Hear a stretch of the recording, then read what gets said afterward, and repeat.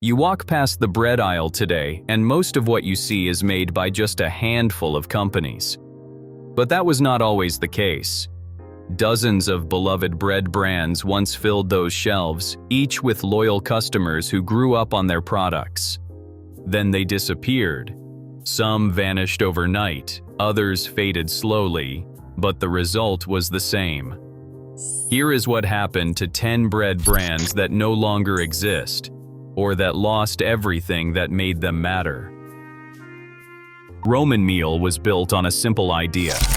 In 1912, a Canadian physician named Robert Jackson believed Roman soldiers stayed strong by eating 2 pounds of wheat or rye daily. So he created a whole-grain breakfast cereal based on that theory. It was called Dr. Jackson's Roman Health Meal. For decades, it stayed a cereal company. But in 1927, William Matthey bought the business. His family had been baking bread in Germany since 1686, and he knew what to do. He added bread to the product line, and it became the company's flagship. For over a century, Roman meal bread was everywhere. The loaves were long, almost like French baguettes, and people loved them. They made perfect grilled cheese sandwiches and peanut butter and jelly creations that fans still remember on social media today. By the early 2000s, though, the market had changed. Competition intensified. Bigger companies moved faster. Roman meals struggled to keep up. In 2015, Flour Foods, the company behind Nature's Own and Wonder Bread, bought the North American trademark. They kept it going for a while, but 7 years later, they shut down Wholesome Bakery in Phoenix, a facility that had operated for more than 140 years. Roman meal production ended with that closure. The international brand still sells grain mixes, but the bread Americans knew for generations is mostly gone from supermarket shelves. Wonder Bread tells a different story. This one actually came back from the dead. The Taggart Baking Company launched Wonder Bread in Indianapolis on May 21, 1921. Before that date, they ran mysterious ads that only said a wonder was coming. The name came from a vice president who watched the international balloon race at the Indianapolis Motor Speedway. He was filled with wonder at the sight of hundreds of colorful balloons in the sky. That is why the logo features red, yellow, and blue balloons. It became one of the first brands to sell sliced bread nationwide by 1930. During the late 50s and early 60s, Americans consumed 1.5 pounds of white bread per person every single week.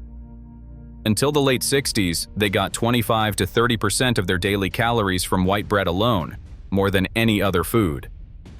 Wonder Bread dominated that era. But financial trouble hit in 2004 when Interstate Bakeries declared bankruptcy. Things got worse in 2012 when Hostess Brands filed for liquidation. Wonder Bread was going to disappear.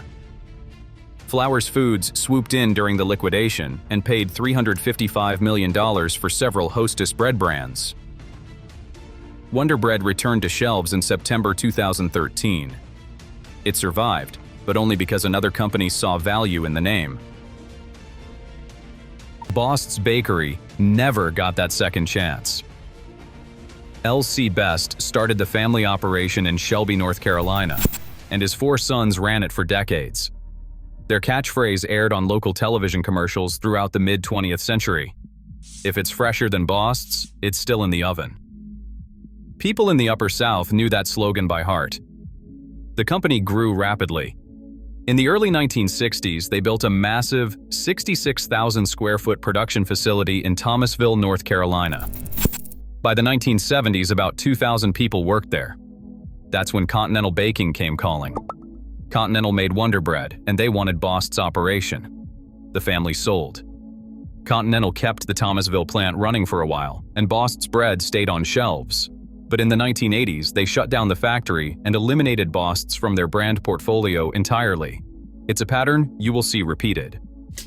Big corporations buy regional favorites, keep them alive just long enough to absorb their market share, and then kill them off to focus on their national brands. Old Home Bread had something most regional bakeries never get: pop culture fame. Metz Baking Company started in Sioux City, Iowa, and by 1973 they had been around for 51 years. That year, they hired an Omaha ad agency to create a television campaign for Old Home Bread. The commercials became unexpectedly famous across the Midwest. People knew the brand, they trusted it. It had genuine cultural impact. None of that mattered when consolidation came knocking. In 1997, Earth Grains Company paid $625 million for Mets. They wanted dominance in Milwaukee, Chicago, Minneapolis, Detroit, Salt Lake City, Kansas City, Omaha, and Des Moines. Buying Mets gave them that. 4 years later, Sara Lee bought Earth Grains. Sara Lee discontinued Old Home Bread almost immediately. Even strong regional loyalty and pop culture recognition could not save a brand when a larger company decided it competed with their own products. What is striking about these stories is how quickly dominance turns into irrelevance. Roman meal lasted over a century before fading away. Wonder Bread nearly died completely. Bost's and Old Home disappeared after acquisitions that were supposed to help them grow. But the bread industry transformation was not finished. Some brands made bizarre product decisions that doomed them. Others fell victim to tragedies no one could predict. In 2011, Pepperidge Farm tried something nobody asked for. They launched Goldfish sandwich bread shaped like the crackers. 8 pieces per package, each one smiling at you like the snack version. No crust, 4 varieties including whole wheat and cinnamon. The logic seemed sound. Kids love Goldfish crackers, so why not bread shaped the same way? Except the bread was not cheese flavored. It was just regular bread wearing a costume. Some parents thought it was clever, and it made sandwiches their kids actually ate. Others called it dry and gimmicky. The product lasted 4 years before Pepperidge Farm quietly pulled it in 2015. Sometimes, brand recognition does not transfer. A cracker company making cracker-shaped bread feels more desperate than innovative. Laraburu Brothers had something far more valuable than a gimmick. They had heritage. The brothers immigrated from France's Basque Country to San Francisco in 1896, bringing a sourdough starter with them. That starter became the foundation of their bread for over 7 decades. In a city known for sourdough, Laraburu stood out. San Francisco Chronicle columnist Herb Caen included their bread in his description of the perfect San Francisco meal. By 1964, the airport alone sold 1,500 loaves a week. Tourists and locals bought it in equal measure. Then, tragedy struck. A delivery truck injured a 6-year-old child. The resulting lawsuit dragged on for years, and legal fees mounted. The business could not recover from the financial and emotional toll. In the early 1970s, Laraburu filed for bankruptcy. A sourdough starter that had survived since 1896 was gone. So was a piece of San Francisco's culinary identity. Not every bread brand dies from corporate consolidation or poor business decisions. Sometimes life just intervenes. But corporate decisions killed plenty of others. Bond Bread started strong in 1915. By 1922, they were serving 25 million customers across 50,000 stores. Their advertisements in the Saturday Evening Post bragged about high-quality ingredients. The recipe was simple: flour, lard, sugar, salt, milk, and yeast. They claimed it rivaled the best homemade bread. For decades, Bond competed with the biggest names in industrial baking. By the late 1970s, they were the last major bakery still operating in Philadelphia, with 4 facilities in New Jersey. Then they simply faded. No dramatic bankruptcy, no acquisition. They just became irrelevant as competitors innovated and consumer tastes shifted. Ora Wheat made premium bread that people genuinely loved. Their honey wheat berry loaf used cracked wheat berries, honey, and unbleached flour. The baking process took longer than standard breads, creating better texture and flavor. One customer said it was fair and square in its toastability.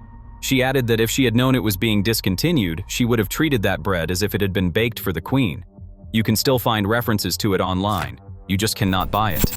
Even successful products within successful companies get cut when corporations streamline operations.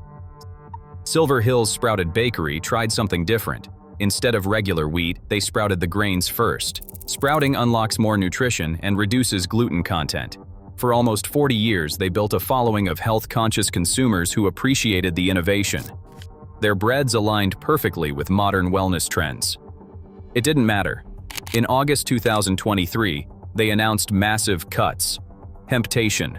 Oat So Lovely, Wheat and Greet, Farmer Fife, Cinnamon Raisin, 20 Grain Train, Max Flax, and Steady Eddie, all gone. The company posted that they were saying goodbye to make space for our best sprouted breads to shine. Translation: even health-focused innovation can't save products that don't sell enough volume. Major retailers joined the discontinuation trend. When Trader Joe's pulled their San Francisco-style sourdough in 2024, even employees were shocked. One Reddit user wrote that it was near impossible to keep the shelves stocked. High demand did not save it. Trader Joe's replaced that loaf with a different sourdough and warned customers that flavors would vary by region. Costco discontinued their torta rolls and Kirkland's signature roasted garlic parmesan bread, despite loyal customers. Store brands are not immune to the same pressures that killed independent bakeries. What connects all these stories? The bread industry became a game of scale. Small margins meant only the biggest operations could survive. Regional loyalty meant nothing when national corporations could undercut prices. Quality did not guarantee survival. Innovation did not either. Heritage, awards, devoted customers, none of it mattered if you could not compete on cost and distribution.